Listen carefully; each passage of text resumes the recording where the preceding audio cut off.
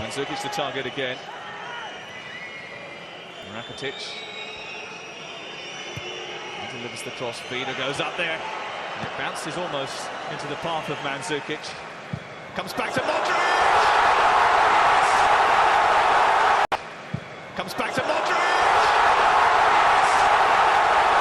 So ist es gegangen.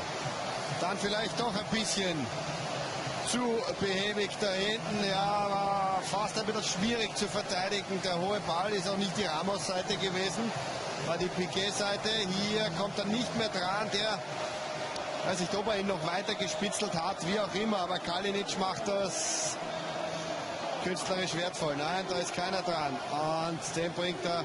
Und die Chance auf den Konter. Kalinic. Links geht Perisic mit. Perisic. Und die Finnen! Tor! Kroatien!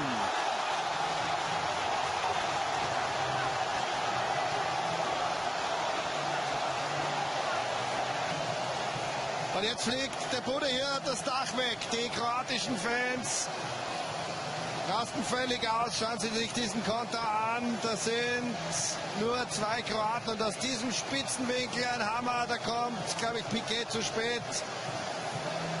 Viel Platz ist da nicht. Piqué, glaube ich, auch noch dran. Ganz leicht abgefälscht und dann ist es schwierig. Wuchtiger Schuss, ja.